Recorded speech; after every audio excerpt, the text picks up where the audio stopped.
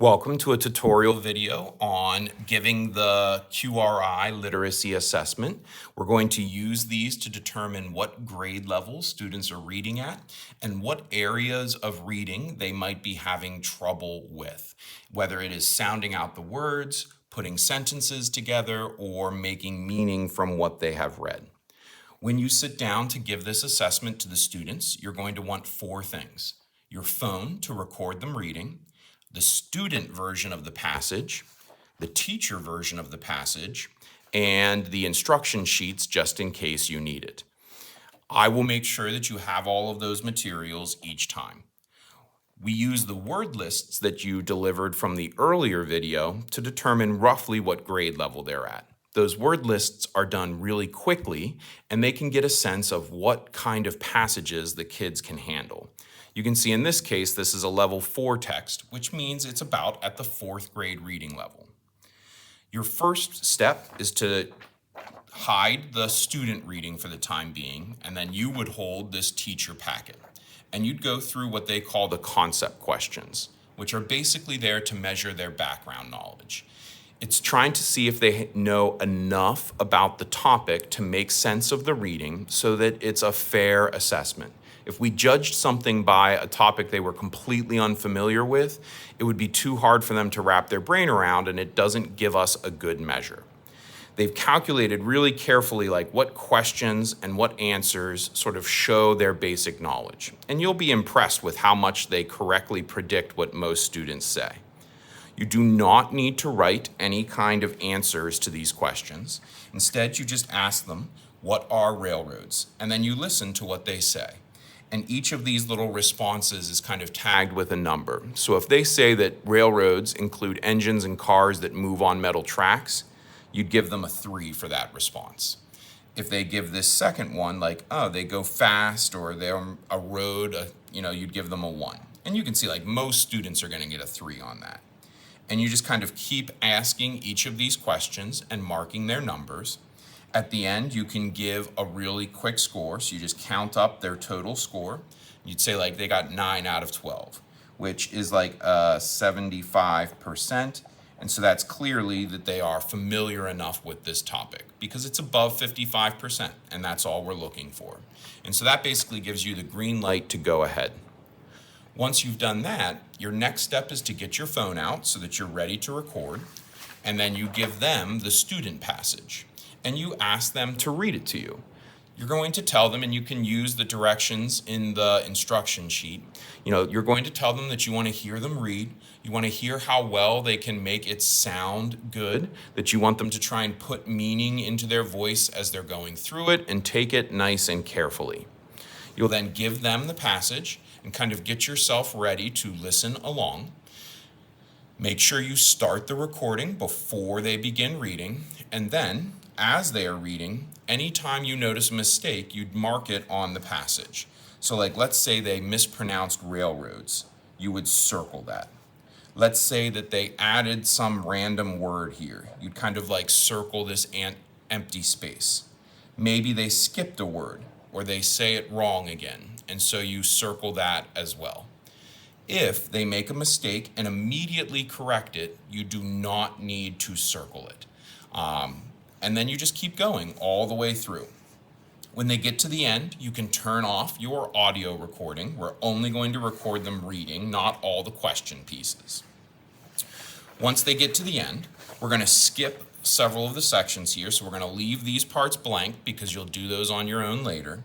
We're going to skip the retelling section, and I'll make sure to cross that off on the copies that I give you. And you're going to go straight to these questions at the end of the passage. The first time they're answering the questions, do not let them use the reading. Either have them turn it over or kind of take it back from them for a moment.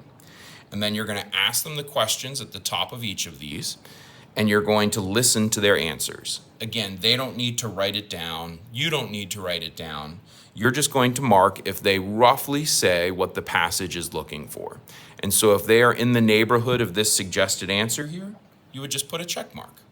If they get the question wrong, you'd put an X mark, and you just keep going through each of the questions, paying attention to these italicized answers that you're looking for. Once you've gone through and asked all of the questions once, then you're going to give the passage back to them and you're going to go through the questions a second time. This second time, they are allowed to use the reading. You only need to ask them the questions that they got wrong the first time through. And so you can see, like number 2, we're going to let them use the passage again. I would ask it to them, give them some time to look for it. If they give you the correct answer, you'd mark a check mark next to that now. If they look for a moment and say they don't know or they can't find it, if they give you an answer that's still wrong, you'd put an X again. And at that point, you're done with the students. It should take about 10 minutes, maybe a little bit more, depending on how quickly they are reading. You can thank them for being patient with you and giving their best effort, and then you can send it away. You'd then use the recording and the things you've marked on the paper to calculate their scores. So your first step is to figure out how many questions of each kind they're getting back. And so you can see they look at the difference between explicit, which means it's right there in the text, and implicit, which means they have to think and make an answer. And so you would just come through and like count each of these. How many did they get right the first time through? This right now is just without lookbacks. And so I would count like 1 implicit, 2 implicit. So they got 2 of these implicits correct the first time. And then I'd count up the explicits. 1, 2, 3, 4. And that's going to be pretty typical where they're going to be better at those ones. And so we'd see that they're at what we call the instructional level, which means they could probably handle making sense of this text with some help from the teacher. If they were at frustration, even me helping or doing activities in class, it's still too hard for them and it's not going to be effective. If it's independent, that means they could read this thing on their own without any help from me or activities to do, and they would have mostly grabbed the major meaning. Then you go back through and you count the total number correct, including lookbacks. And so you take kind of what's up there already and you look at the additional pieces. And so you could see now that they would be at like 4 and 3. And so they're still in that instructional, but they're right on the edge. Then you go back. I would say listen to the recording one more time to make sure you've marked any of their mistakes. You also will use the recording to see how long it took them. We're only going to focus on this first miscues. So this is like how many total mistakes they made. Let's say they made like 16 after you count them all up. You kind of be able to come down through here and again see that that's roughly in their instructional level. Next up, you take the total amount of time it took them to read and convert it to seconds. So let's say that this took them 180 seconds. It took them 3 minutes on the dot. You'd use the number that they provide. Basically, they've taken the total number of words and multiplied it by 60. You divide that by the number of seconds, and in this case, we would get 99 words per minute. You don't need to worry about this words correct per minute either. Later on, I'll show you how there's a chart that kind of shows about what speed students should be at each grade level. 99 is probably a little bit low.